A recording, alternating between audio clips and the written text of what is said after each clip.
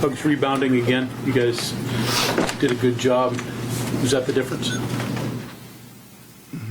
I think that's certainly part of it. I thought we did rebound the ball really well.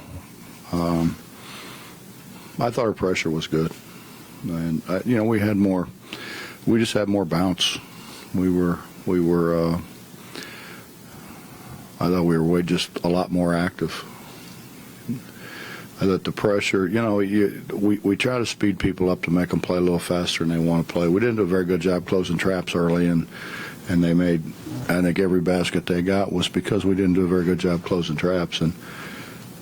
But the pressure forces you to play faster than you want, or if you really slow it down, I think it's to our advantage because you don't have near as much time.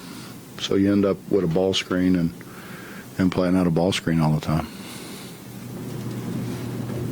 You can't really run. You don't have time to get into reversing the ball a couple times. Bob, what went into tonight's starting lineup that was different than last time?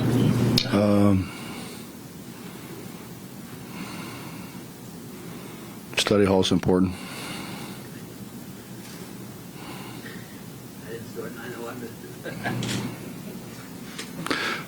Well, I think they would rather, the study hall when I was here was leave your door open. We might come around and check. I never saw them, but maybe they did. No, we're getting into the part of the year. We've been very fortunate about not missing a lot of class and stuff, and now all of a sudden we won't miss any this week going to Baylor, but then we got to leave on Tuesday, so you miss.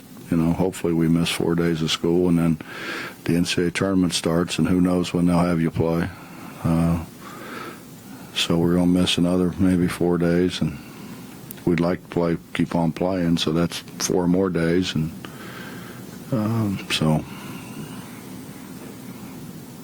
it's important. Coach Dax was talking about how he was working with coaches and some of the GAs on kind of changing the way he was releasing the ball and working on a shot.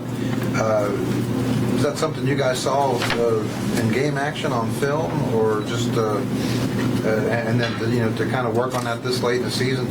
You worry about screwing up a guy, even more? Or? What? Me screwing somebody up? It's a minor thing,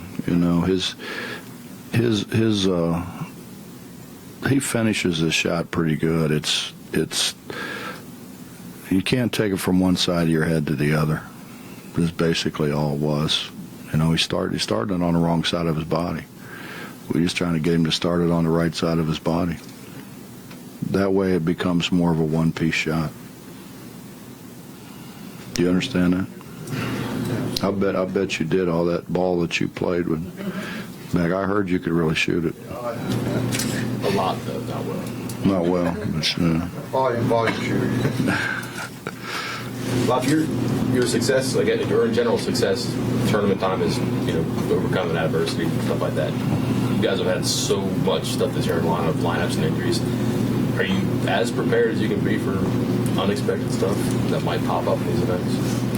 Well, I got scared a little bit today with John's deal, when he was holding his shoulder, but I think he's fine. I thought he came out and played pretty well afterwards, so I think he's fine. In a kind of a sick kind of way, I think it helped us. I think, John not playing 4 games, I think really helped Nate. Helped Nate's confidence. I think Nate's playing at a high level right now. He's doing things that he didn't do before. It gave Tavon a chance to play. Tavon kind of screwed that up today, but I think Tavon playing and becoming more comfortable gives us certainly another guy that we can play off the bench. So I think in a crazy way it helped us. As long as we can keep everybody healthy, and again, our strengths and our numbers. Some teams will, they'll see that panic button, but you guys have had, I guess, cause to maybe reach there a couple times this year and kind of weathered some of that stuff. Mike, I don't know how good we are, but I know we are really, really competitive. So they're not going to stop playing. I mean, I think as we lose, we don't have Dax at Texas. Jay Sean goes down in 3 or 4 minutes and tried to come back and play for a couple minutes but couldn't. And it looks like, it's insurmountable, and we cut it to 4. With a couple breaks, maybe we get back in that game. I mean, we got back in it. We're not going to stop playing. We're not going to stop competing. That's the one thing I know about those guys. Remember a game this season where you followed the formula as well as tonight. I mean, you had 27 more shots, you had 72 more rebounds, 22 turnovers. I mean, that's kind of how you drew it up. Well, that's the idea. It doesn't happen like that all the time, but that's certainly the idea. The idea is getting more shots than they get. And you can do that by offensive rebounding. You can do that by creating turnovers. Ideally, you create live ball turnovers. We got more points off of turnovers this game than I think we have all year in conference play. And that's key for us. What did you say to those guys, Page, Holton, when they were coming off the floor, when they checked out finally? Well, I think John wanted to play a little bit more, and I told him I got to get you out of here. I got to get you out to get the ovation because we have the earliest departing crowd in America. So I wanted to make sure that there was enough people left in the arena that he got the ovation that he deserved. That was my conversation with them. I mean, we had already had a conversation at midcourt, before the game, and they know how I feel about them. I'm not very good at hiding my emotions. I know that's hard for you to believe, but I'm not very good at it. Could you ever wonder if Nate didn't have to go through the rest and the frustration and pain last year, that he might have been able to give you this earlier? Yeah, I mean, his season a year ago was. I give him a lot of credit for even playing. He was in a lot of pain, and didn't tell anybody. I didn't realize it until we were practicing over at wherever that was, Rockford or wherever that place was that we practiced in Kansas City before the conference tournament. And I'm watching him, and I'm like, will you get through the ball, please? Just, get through the ball. And he did and shot it in, and I'm like looking at him like, is that so hard? And he's got this grimace on his face. And I said, you all right? And he goes, Coach, it hurts. And he ended up, he had a big cyst in there that they removed. So, I mean, you can imagine how bad it hurt. And he didn't say anything. He didn't complain. He just played. Didn't make excuses, Well, how much of a difference is there between a 2 and a 3 seed for you? I haven't looked at that. I mean, in this league, I don't know, Mike. It's. I think the difference is playing these guys again, maybe, or playing Iowa State, the first game. It's hard. There's not an easy way to go. You're going to pretty much play when you're a 3, you're probably going to pretty much play 3 ranked teams, I would guess. I don't know that. Mess would know more better than I do, but probably you're going to. And as a 2, you're going to play these guys, which is no day at the beach for sure. At the beginning of the season, did you expect to be winning this late in the Big 12 with Devin Williams on scoring 2 points? I always expect to win. Always. I think it says a lot about our other guys, but the way we play, it can be anybody, and it has been. It has been. We've had different guys step up at different times. Do it, Devin, get him back on track. No, then he's fine. He absorbs more contact. People bounce off of him, so I honestly, I don't think he gets the calls that other people get because people just bounce off of him. they foul him and bounce off, and it doesn't look like he got fouled. I guess looks like he got fouled to me, but I would be an exceptional official.